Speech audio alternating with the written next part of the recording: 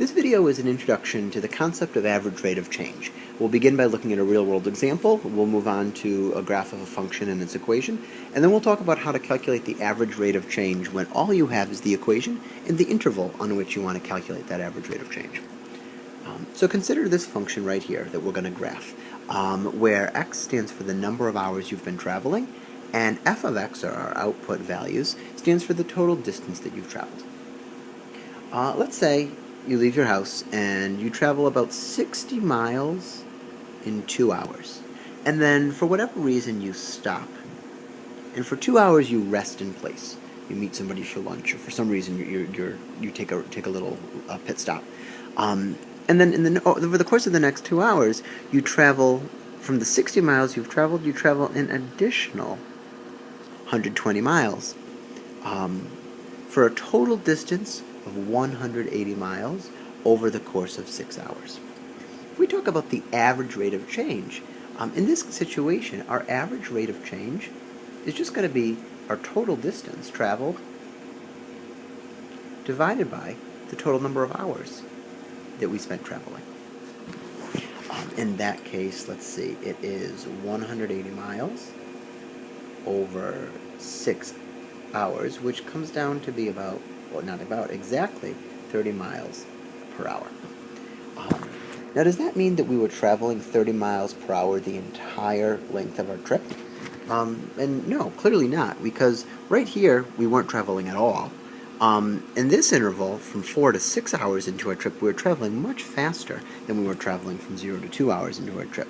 But over the course of the 6 hours, we traveled about 30 miles an hour at each interval. Even though we've got this pit stop right here, we traveled on average 30 miles an hour.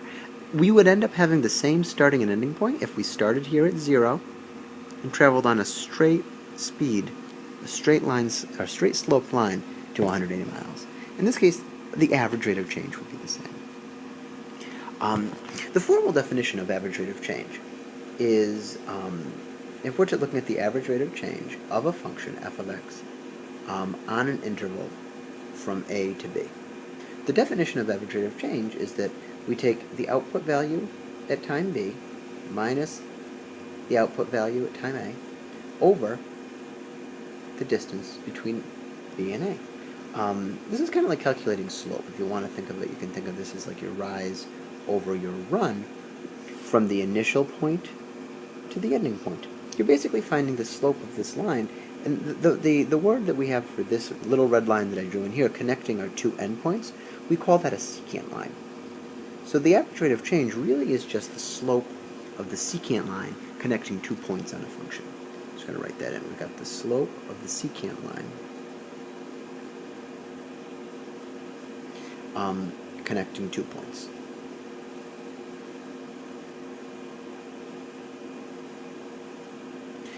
We're going to take a look at a graph.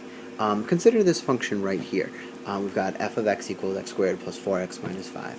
And we're going to try to find the average rate of change of this function from the interval, let's see, we're going to divide our number line, from the interval when x is negative 4 to when x is 2. Alright, so if we look, when x is negative 4, it looks like our output is right here. And when x is 2, our output looks like it is right here at 7. Right? So we're going to use the definition. This would be f of 2 minus f of negative 4 over 2 minus negative 4, which is 7 minus negative 5 over 2 minus negative 4. Be careful with your subtraction. Subtracting negatives makes those positive values. So we've got 12 over 6, which is 2. Right? So the average rate of change of this function on this interval is 2 units. We don't have a unit to refer to miles per hour or anything in this situation. We're just going to say the average rate of change is 2. Now we should be able to do this and get the same answer if you think about the slope. What we're really doing is, even though this function starts by decreasing and then quickly increases to get to that ending point, if we were to average out the increasing and decreasing over the course of the domain from negative 4 to 2, we'd see that the function actually increases overall. We've got that straight tangent line, that straight secant line connecting these 2 points. We should be able to find the same average rate of change using the function even if we don't have a graph. We've got the graph over here in the corner to refer to, but we're going to use the definition. We want to find the average rate of change on the interval from -4 to 2. So we're going to use the same idea. We're going to do f of 2 minus f of -4 over 2 minus -4. We might need to do a little work on the outside. F of 2, to find f of 2, we're going to plug in, it's 2 squared plus 4 times 2 minus 5, which gets us 4 plus 8 minus 5, which is 7. Exactly what we said it was when we looked at the graph. If you look here, zoom in a little bit, f of 2 brings us up here to 7.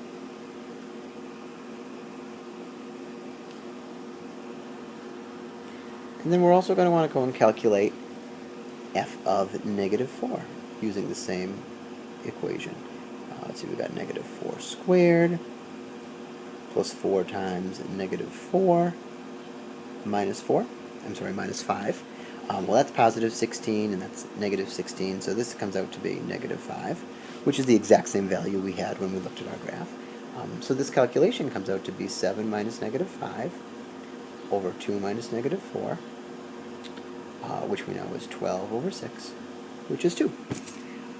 And so this general formula of average rate of change is a concept that comes up very heavily in the first semester of calculus that you'll see in the fall. And it's very important to kind of get comfortable with calculating average rate of change, given a graph, given a table, and also given an equation.